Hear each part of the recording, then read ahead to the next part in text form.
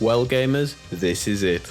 I'm very proud to present Beware Investigations 2 after only a year and a half from the first episode.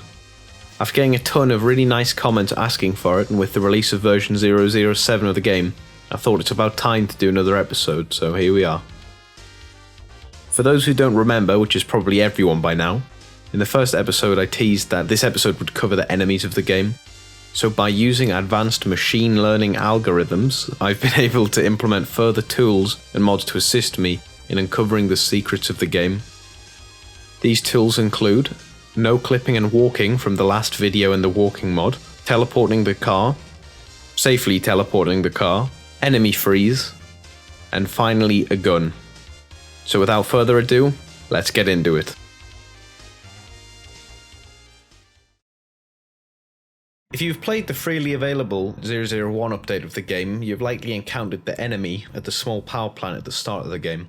For most players, this can only be seen as a silhouette of a man moving across the window, but by no clipping into the power plant we can see he takes the appearance of the same enemies who chase you in the car. Upon seeing the player, he will take a short moment to react and then run in a silly manner to the back door of the power plant where he'll disappear. Once this has happened, when proceeding up the road past the power plant, the first group of enemies in a black car will spawn and chase you, with the first chase theme starting. From all of the tests I've done with mods, without mods, once he has run off and noticed the player, there didn't seem to be anything I could do to stop the car from spawning. Some important notes about this enemy is the fact that he doesn't spawn in the power plant until the car is on the road close by.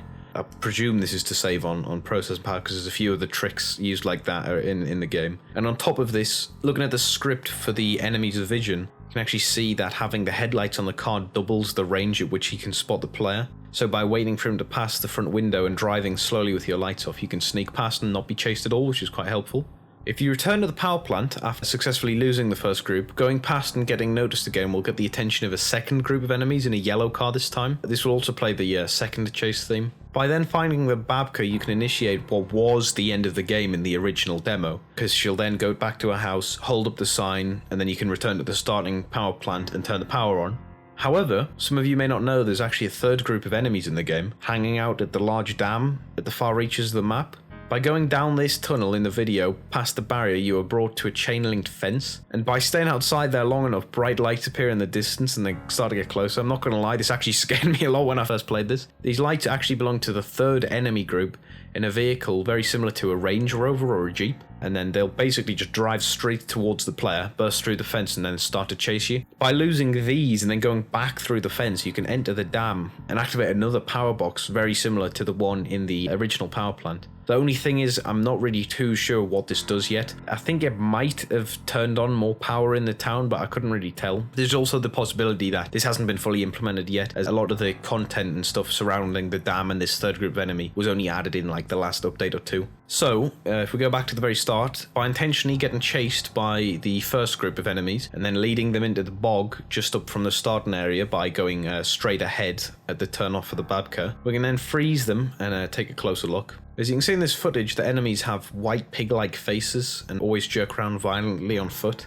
When I freeze them using the mod I've built, it basically just sets their target to nothing so they stay in place. However, the things controlling their legs and their arms still move around because they're basically attached to invisible wheels to make their legs rotate. All enemies in the game, including the starting power plant guy and the 12 enemies who make up 3 car teams, all seem to have the same appearance, like a leather jacket, black trousers, black shoes, and the leather jacket has this logo on their backs and their sleeves. The logo is like a red shield outlined with an electric bolt through, potentially indicating a power company since they always hang around the dams and the other power plant. In the first video, we were able to see a picture of the Babka and the data up close. And in this photo, the data is seen turning on the power at the starting power plant. Not only this, but he is wearing overalls which feature a different logo to the ones the Goons wear, implying he's maybe working at the starting power plant and perhaps for a different company. A theory that members of the community, myself included, believe in is that these Goons own or are in charge of guarding the power plants in this town. As a commenter by the name of Syrup Snake said in the last episode, I believe that the enemy car drivers killed the data and now the Babka is avoiding them, worried she's next on their list. She avoids you as well because she thinks you're one of them, but upon driving past her while being chased, she'll see you're another victim like her husband, therefore will help you. If this were true, then the reasons for the murder aren't fully known. However, it's a high possibility that it is to do with the data working for another company or operating the power in the town. Perhaps the goon want to own some kind of monopoly on all of the town's power, and thus wanted to turn off the power at this smaller plant, or perhaps even a darker motive. That would explain why a guard is patrolling there, and he's always trying to stop people from turning the power back on.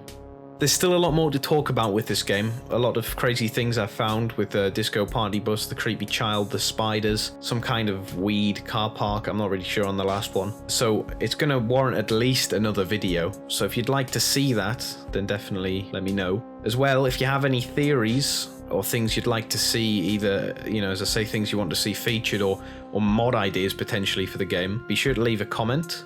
As a final note, we were able to implement similar mods into Slender Man, which is quite funny, so if you'd like to see a video on that, then definitely let me know. Apart from that, if you like the video, then please give it a like, subscribe, ring bell thing. I'm hoping to get the next episode out, in good time, definitely not a year and a half. But apart from that, thank you very much for watching. I hope you've enjoyed, and see you in the next video.